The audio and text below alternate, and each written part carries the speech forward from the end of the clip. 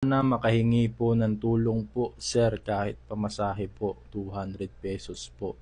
Ito pa isa.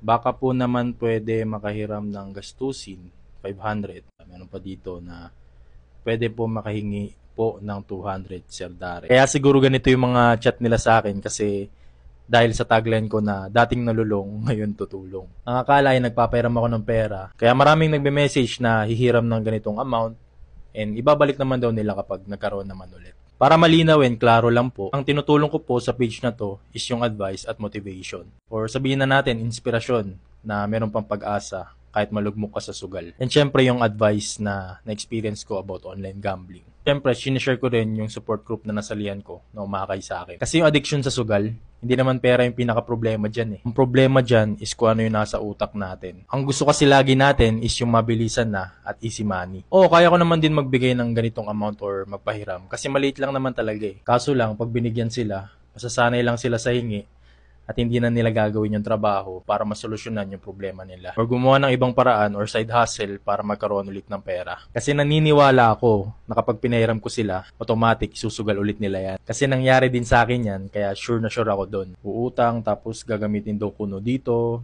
and magpapaawa. Pero ang totoo, magsusugal lang pala. Guys, hindi solusyon talaga ang pera.